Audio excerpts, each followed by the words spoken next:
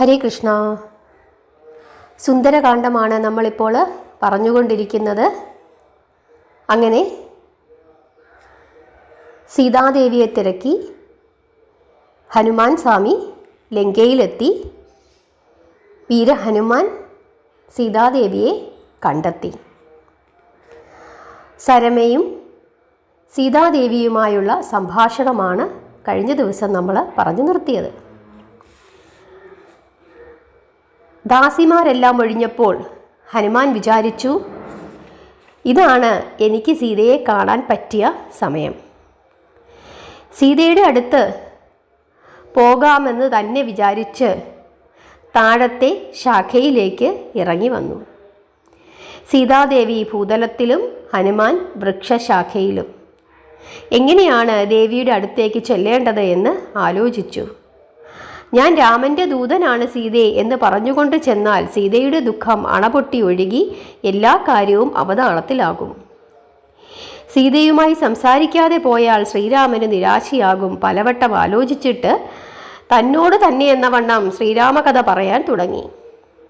വൃക്ഷക്കൊമ്പിലിരുന്ന് ഉറക്കെ ഉറക്കെ രാമനാമം ജപിച്ചു. സീതാദേവി അത് ശ്രദ്ധിച്ചു. ആരാണ് രാമനാമം ജപിക്കുന്നത്? നിഷ്ഠൂരമായ ഈ ലങ്കാനഗരിയിൽ രാമഭക്തനായി എൻ്റെ കാതുകളെ രാമനാമം കൊണ്ട് കുളിരണിയിച്ച ആ ദിവ്യനെ എനിക്ക് കാണണം. എവിടെയാണ് പുത്ര? നീ രാമനാമം എന്തിനാണ് എൻ്റെ മുമ്പിലിരുന്ന് ഇങ്ങനെ ജപിക്കുന്നത്? ഒരുപക്ഷെ നീ രാമചന്ദ്രനെ കണ്ടിട്ടുണ്ടായിരിക്കണം. ഹനുമാൻ പതുക്കെ പതുക്കെ പ്രത്യക്ഷപ്പെട്ടു.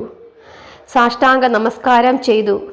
വാനരനെ കണ്ട് അത്ഭുതപ്പെട്ട സീത വിചാരിച്ചു, കണ്ടിട്ട് മനസ്സിലാകുന്നില്ലല്ലോ മകനെ, നീ ആര്? രാവണൻ അയച്ച മായാവിയാണോ?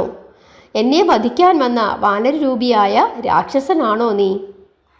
ഇത് കേട്ട് ഹനുമാൻ പറഞ്ഞു, ഞാൻ വാനരസ്വരൂപനായ പവനനന്ദനാണ്. എൻ്റെ പേര് ഹനുമാൻ.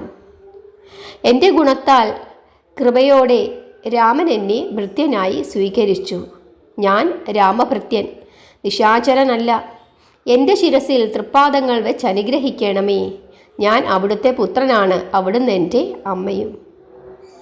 സീത പറഞ്ഞു, രാമൻ്റെ ഭൃത്യനാണെന്നല്ലേ പറഞ്ഞത്? അതെങ്ങനെയാണ്? എനിക്ക് വിശ്വാസം വരുന്നില്ല. എനിക്ക് വിശ്വാസം വരുമാറ് രാമനെ പറ്റി പറയൂ. ഉടൻ തന്നെ തികഞ്ഞ ഭക്തിഭാവത്തോടെ ഹനുമാൻ സീതയോട് രാമകഥ പറഞ്ഞു. യജ്ഞശീലനും ദാനശീലനുമായ ദശരഥരാജൻ ദേവലോകവും നരലോകവും അദ്ദേഹത്തെ ആരാധിക്കുന്നു. ജ്യേഷ്ഠപുത്രൻ രാമൻ, ആ രാമൻ്റെ വധു സീത. ദുർമതിയായ രാവണൻ ആ സീതയെ അപഹരിച്ചു. രാമൻ സീതയെ അന്വേഷിച്ച് കാനനത്തിൽ അലഞ്ഞു. സുഗ്രീവനുമായി മൈത്രി സ്ഥാപിച്ചു. ഈ വിധം വീരഹനുമാൻ രാമനെ പറ്റി പറഞ്ഞു. പക്ഷേ സീതാദേവിക്ക് ഇതിലൊന്നും തന്നെ വിശ്വാസമുണ്ടായില്ല. ദേവി പറഞ്ഞു, ഞാൻ കഴിഞ്ഞ 10 മാസമായി ഇവിടെ രാമനെ ഓർത്ത് ദുഃഖിച്ചിരിക്കുന്നു. ഈ ലങ്കയിൽ ധാരാളം രാക്ഷസന്മാരും, എന്തിനു പറയുന്നു രാവണൻ തന്നെ മായാവിയാണ്. അവരാരെങ്കിലും ആണോ എന്ന് എനിക്ക് നിശ്ചയമില്ല. എനിക്ക് ഒട്ടും തന്നെ വിശ്വാസം വരുന്നില്ല.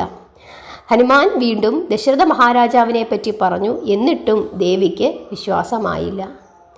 ഹനുമാൻ വിനീതനായി പറഞ്ഞു, രാമൻ ഗുണസാഗരം, ആകൃതിയിലും പ്രകൃതിയിലും സർവാംഗസുന്ദരൻ, സാലവൃക്ഷം പോലെ ഗംഭീരമായ ആകൃതി, മുട്ടോളമെത്തുന്ന കൈകൾ, തിലപുഷ്പം പോലെയുള്ള നാസിക, ദർശനീയമായ നെറ്റി, കായ്കളും കിഴങ്ങുകളും ഭക്ഷിക്കുന്നു, വിക്രമം അതിവിശാലം. പക്ഷേ ഇന്ന് അദ്ദേഹം ദുഃഖിതനാണ്. സീതയെ സീതയെ എന്ന് വിളിച്ചു കരഞ്ഞുകൊണ്ടാണ് ഇപ്പോൾ ശ്രീരാമൻ ജീവിക്കുന്നത്. ഗൗരവർണ്ണത്തിൽ അതുപോലെ തന്നെ അനുജൻ ലക്ഷ്മണനും. ഇത്രയുമൊക്കെ കേട്ടപ്പോൾ സീതാദേവി പറഞ്ഞു, എനിക്ക് വിശ്വാസമായി. അനാഥയ്ക്ക് നാഥനും സകലർക്ക് ആശ്രയവുമായ രാമൻ്റെ ഗുണഗണങ്ങൾ വർണ്ണിക്കാൻ ആർക്കാവുമെന്ന് പറഞ്ഞ് ദേവി വീണ്ടും വിലപിച്ചു. മകനെ ഹനുമാൻ, എൻ്റെ താമരക്കണ്ണൻ എങ്ങനെ നാൾ പോക്കുന്നു? രാമൻ്റെ മംഗളകഥ പിന്നെ കേൾക്കാം. ലക്ഷ്മണൻ്റെ കാര്യം ഒന്ന് പറയൂ. ഞാൻ പഞ്ചവടിയിൽ വെച്ച് കഠിന വാക്കുകൾ പറഞ്ഞു.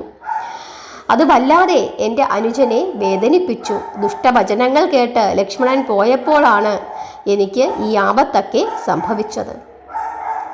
അമ്മേ, അന്ന് അമ്മ കണ്ടു മോഹിച്ച ആ സ്വർണ്ണമൃഗം മാരീച രാക്ഷസനായിരുന്നു. രാവണന്റെ ഭൃത്യൻ. ശ്രീരാമന്റെ ബാണമേറ്റ് അവൻ പ്രാണൻ വെടിഞ്ഞു. ശൂന്യഗ്രഹത്തിൽ നിന്നും രാവണൻ കട്ടുകൊണ്ട് പോയപ്പോൾ തേരിലിരുന്ന് താഴത്തേക്കിട്ട വസ്ത്രം പർവ്വത ശിഖരത്തിലിരുന്ന് ഞങ്ങൾ 5 പേരുടെ കയ്യിൽ കിട്ടിയിരുന്നു.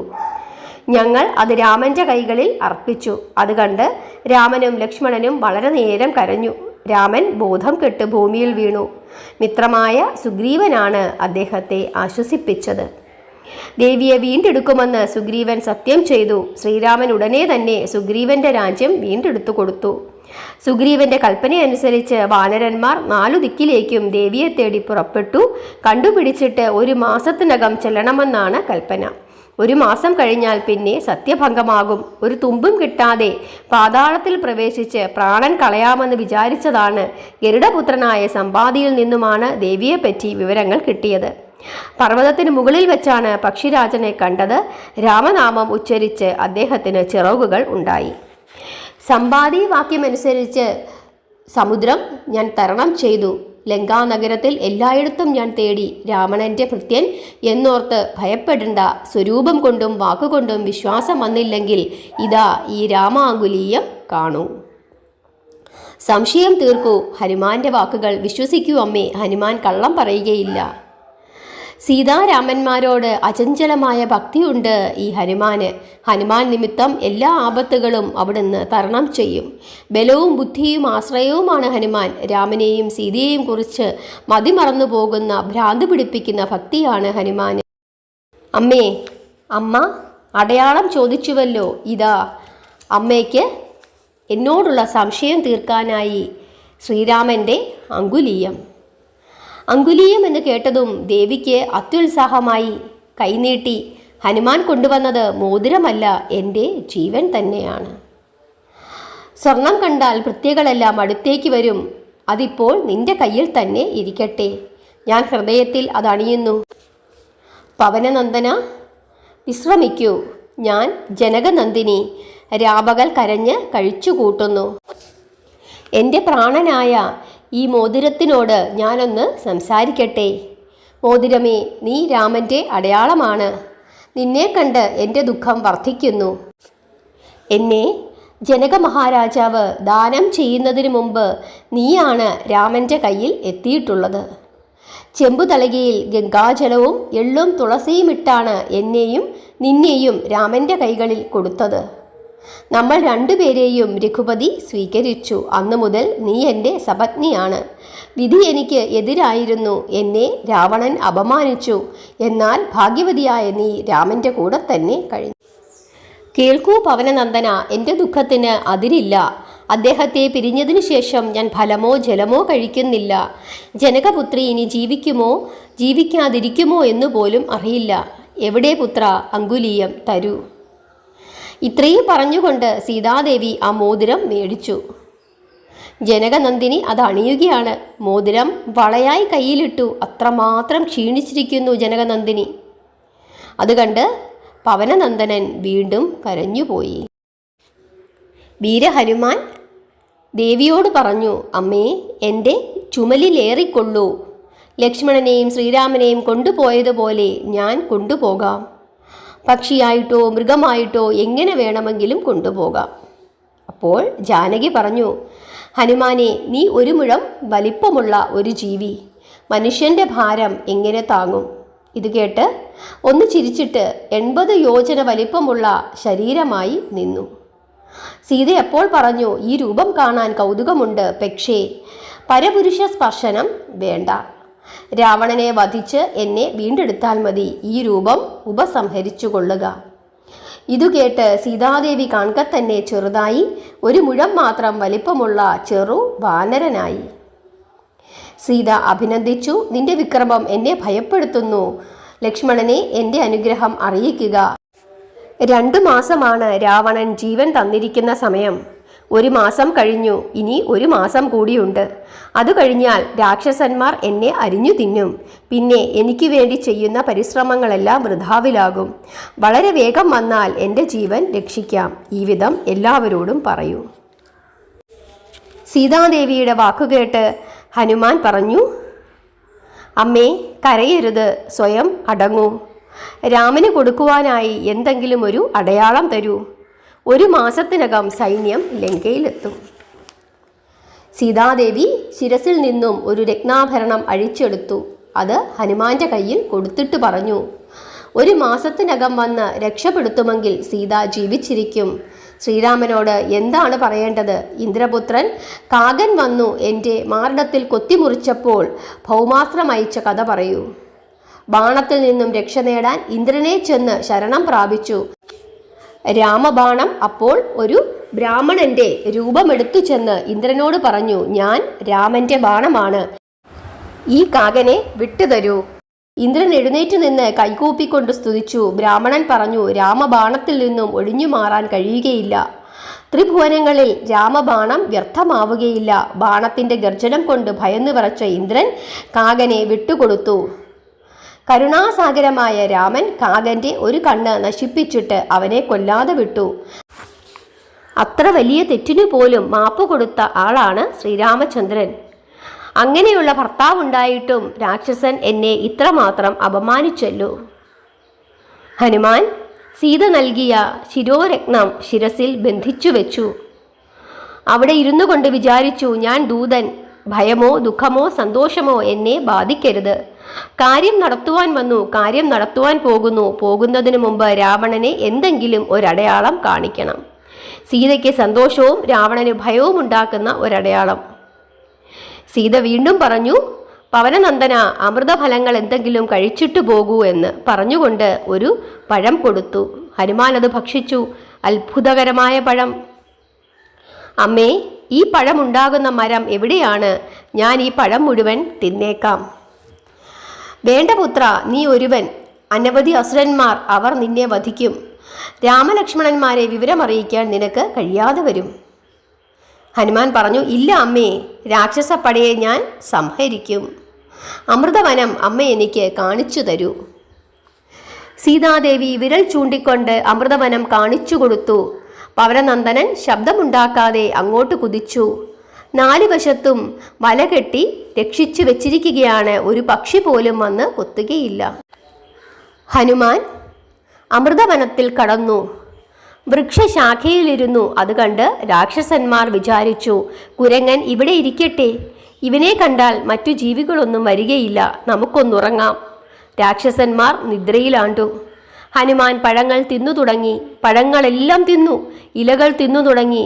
ശാഖകൾ മടുമടാ ശബ്ദത്തിൽ ഒടിച്ചു തുടങ്ങി. രാക്ഷസന്മാർ എഴുന്നേറ്റ് 4 പാടും ഓടിത്തുടങ്ങി. അമൃതവനത്തിൽ ഇനി ഒന്നും ബാക്കിയില്ല. വാളും ശൂലവും ഗദയുമായി അവർ ഹനുമാനെ വളഞ്ഞു. ഹനുമാൻ കോപിച്ചു. രാക്ഷസന്മാരുടെ മേൽ വൃക്ഷങ്ങൾ വലിച്ചെറിഞ്ഞു.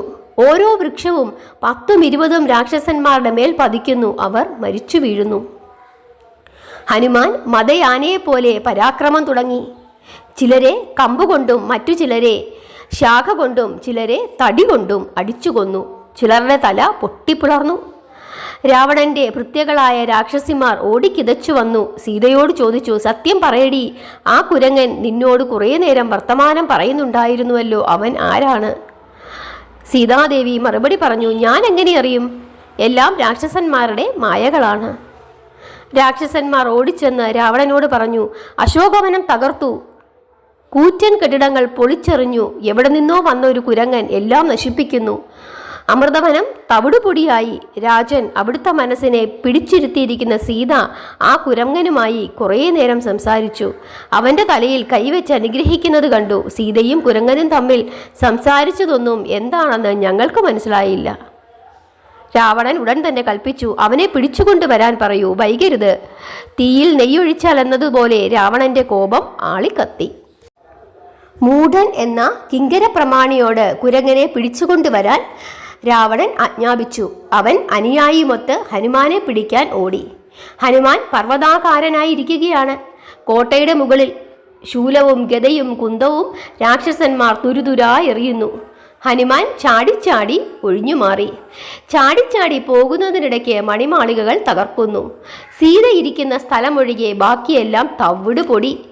സാഗരതീരത്ത് ഹനുമാൻ ഒന്ന് മുഖം കഴുകാൻ ചെന്നപ്പോൾ അവിടെ ഉണ്ടായിരുന്നവരെല്ലാം ഭയന്നോടി.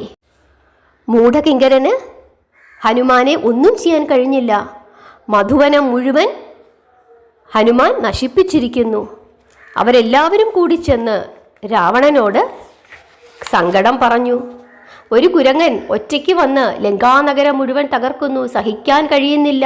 ഞങ്ങൾക്ക് എതിർക്കാനും കഴിയുന്നില്ല. രാവണൻ പ്രഹസ്തന്റെ പുത്രൻ ജംബുമാലിയെ അടുത്തു വിളിച്ച് അവനോട് കൽപ്പിച്ചു, സൈന്യത്തോടു കൂടി ചെന്ന് ആ വാനരനെ പിടിച്ചു കെട്ടിക്കൊണ്ടുവരിക. ജംബുമാലി കൽപ്പന കിട്ടിയ ഉടൻ തന്നെ ചതുരംഗബലത്തോടുകൂടി തേരിൽ കയറി ഹനുമാനിരിക്കുന്ന കോട്ടയുടെ അടുത്തു ചെന്നു. ആദ്യം രണ്ടുപേരും തമ്മിൽ വെല്ലുവിളിച്ചു. പിന്നെ ഹനുമാന്റെ മാറിടത്തിലേക്ക് അമ്പുകൾ അയച്ചു. പലതും മാറിൽ തറച്ചു, ചിലത് മുഖത്തും. ശരീരത്തിൽ നിന്നും രക്തമൊഴുകി. ഹനുമാൻ കോപാക്രാന്തനായി വലിയ മരം പറിച്ചുകൊണ്ട് പാഞ്ഞെടുത്തു. രാക്ഷസ ബാണത്താൽ മരം ഛിന്നഭിന്നമായി. പിന്നെ പർവ്വതത്തിൻ്റെ കൊടുമുടി അടർത്തിക്കൊണ്ടുവന്നു ഹനുമാൻ. ജംബുമാലി അതും തകർത്തു. അപ്പോൾ രഥത്തിൻ്റെ ഒരു ഉലക്ക ഊരി. അതുകൊണ്ട് ഹനുമാൻ ജംബുമാലിയുടെ തലയിൽ അടിച്ചു. അടിയേറ്റ ജംബുമാലി മരിച്ചു വീണു. 63 കോടി പടയാളികളുടെ നായകന് അങ്ങനെ മരണം സംഭവിച്ചു. ഉടൻ തന്നെ രാവണൻ ധൂമ്രാക്ഷനെ അയച്ചു. പലതരം ആയുധങ്ങളുമായി ധൂമ്രാക്ഷൻ പുറപ്പെട്ടു. ധൂമ്രാക്ഷനെയും ഹനുമാൻ കൊന്നുകളഞ്ഞു. ദൂതന്മാർ ഓടിച്ചെന്ന് രാവണനെ അറിയിച്ചു, യുദ്ധത്തിൽ ആ ഒരു കുരങ്ങൻ എല്ലാവരെയും തീർക്കുന്നു. 7 സേനാനായകന്മാരാണ് ഇപ്പോൾ തന്നെ മരണപ്പെട്ടിരിക്കുന്നത്. രാവണന്റെ പുത്രനായ അക്ഷകുമാരൻ അപ്പോൾ അച്ഛനോട് പറഞ്ഞു, ഇന്ദ്രജിത്തിനെ പോലെ രണധീരനാണ് അക്ഷകുമാരനും. യുദ്ധത്തിൽ വാനരനെ വധിക്കാൻ എനിക്ക് അനുവാദം നൽകണം. അനുവാദം കിട്ടിയ ഉടൻ ചതുരംഗപ്പടയോടുകൂടി അക്ഷകുമാരൻ പുറപ്പെട്ടു.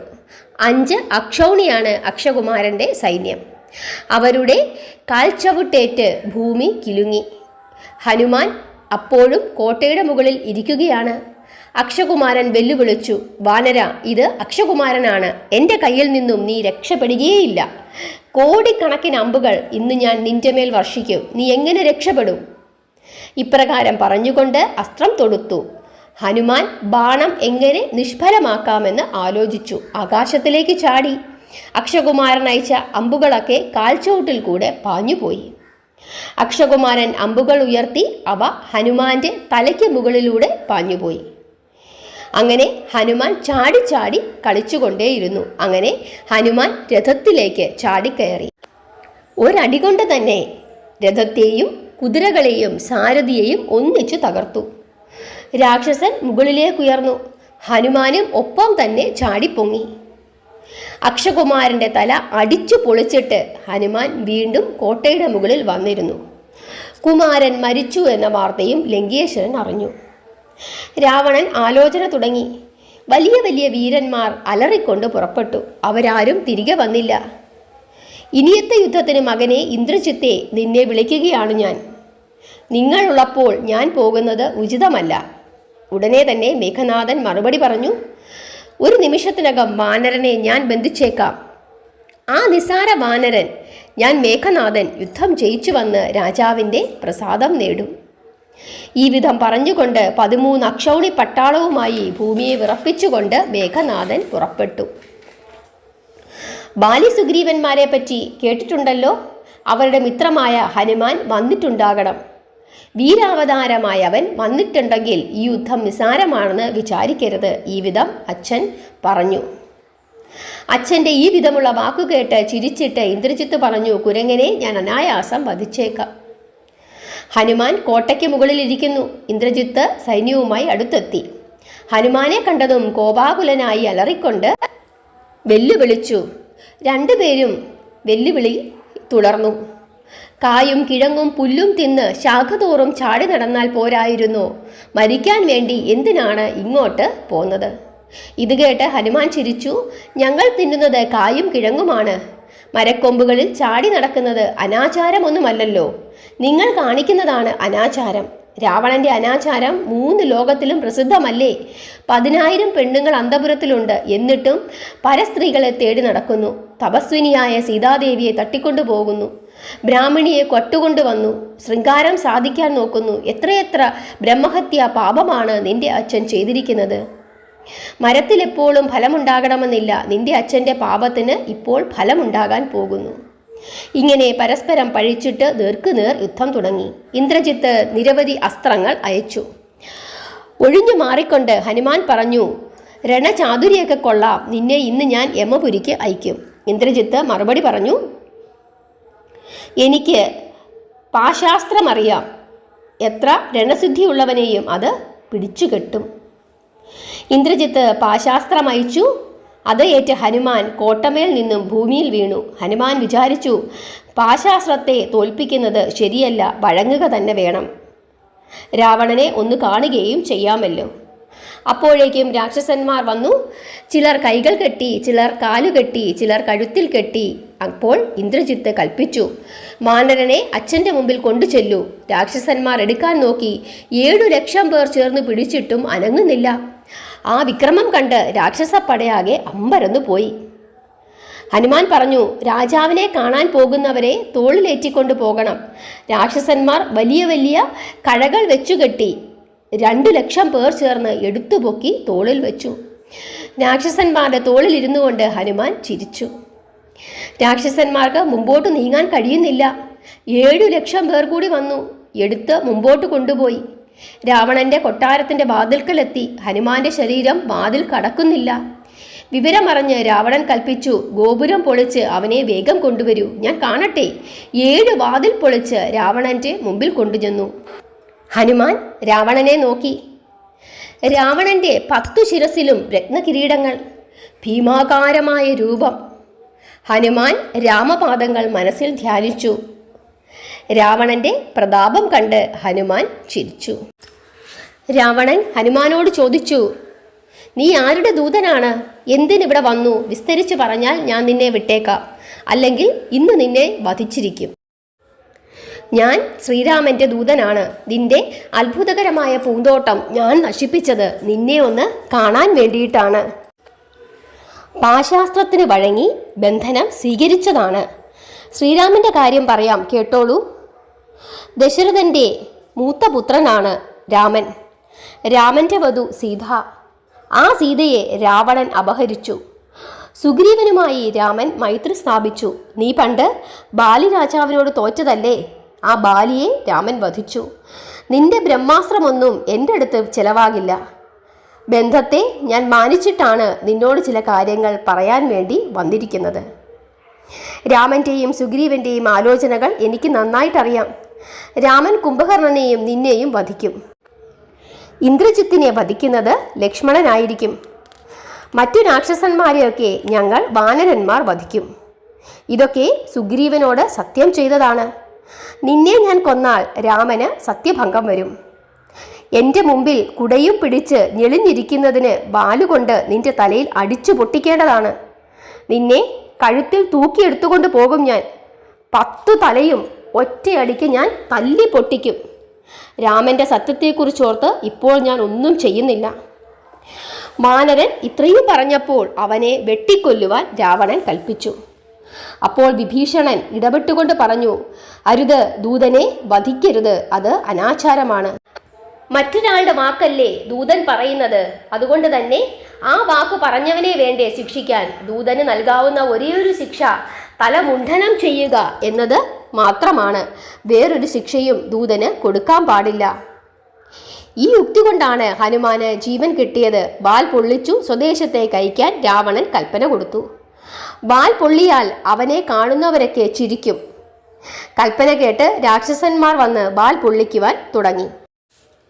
ഹനുമാന് വല്ലാത്ത കോപമായി. വാൽ 50 യോജന വലുതാക്കി. അതുകണ്ട് രാവണന് ഭയമായി. പിടിക്കവനെ എന്ന് പറഞ്ഞുകൊണ്ടേയിരുന്നു. രാവണൻ ബാലിയുടെ വാലിൽ കുടുങ്ങിയത് ആ സമയം ഓർത്തു. 3,00,000 വാനരന്മാർ വാലിൽ പിടിച്ചുകൊണ്ടിരിക്കുന്നു. എല്ലാവരും ചേർന്ന് വാല് ഭൂമിയിൽ പിടിച്ച് അമർത്തിവെച്ചു. തുണി കൊണ്ടുവന്നു, കൂട്ടി കെട്ടി അത് ചുറ്റിത്തീർന്നു.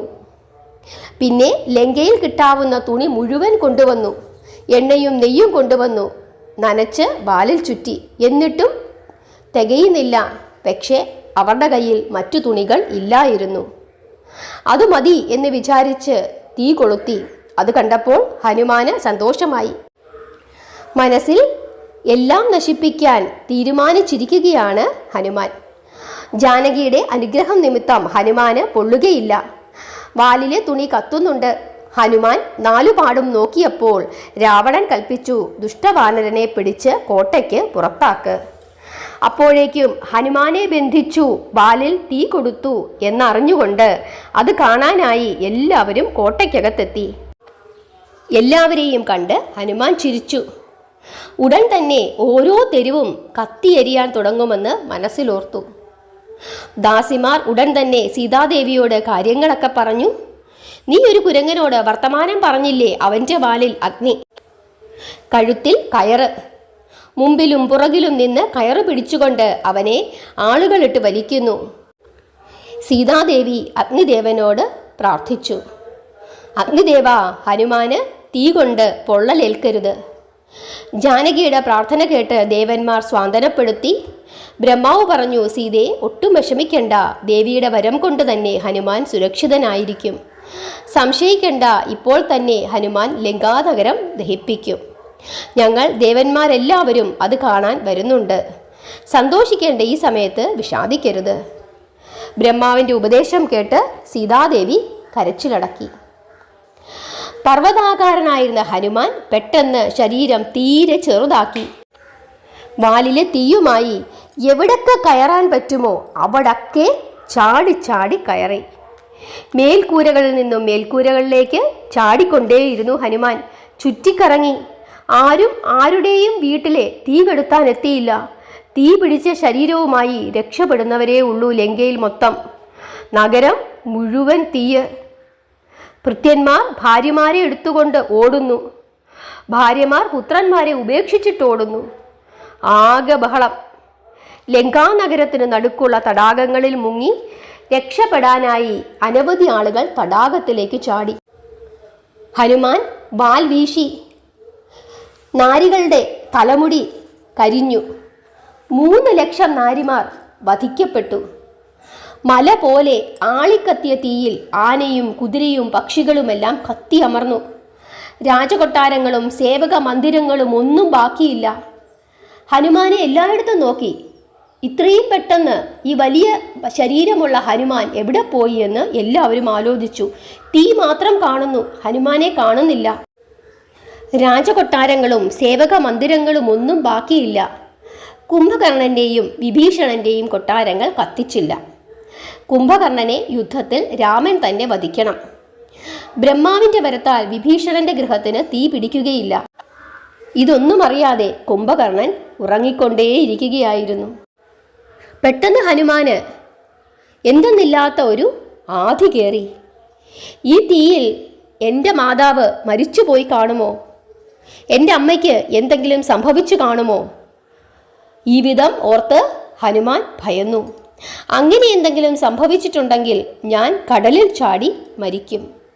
അല്ലെങ്കിൽ ഈ അഗ്നിയിൽ പവനനന്ദനനും കത്തി ചാമ്പലാകും.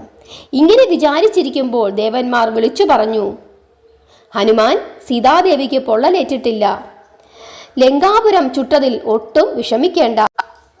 ഇത് കേട്ട് വീരഹനുമാന് ആശ്വാസമായി. എന്നിട്ട് വീണ്ടും ഒരു ഗൃഹത്തിൽ നിന്നും മറ്റൊരു ഗൃഹത്തിലേക്ക് ചാട്ടം തുടർന്നു. ഹരേ കൃഷ്ണ. ഇന്നത്തെ ഭാഗം എല്ലാവർക്കും ഇഷ്ടപ്പെട്ടോ? ഇഷ്ടപ്പെട്ടെങ്കിൽ ഇഷ്ടപ്പെട്ടെന്ന് പറയണം. എല്ലാവരുടെ അഭിപ്രായങ്ങളൊക്കെ പറയണം. എല്ലാവരും നാമമൊക്കെ ചൊല്ലുന്നുണ്ടോ? കാര്യങ്ങളൊക്കെ പറയണം. എല്ലാവരെയും ഭഗവാൻ അനുഗ്രഹിക്കട്ടെ.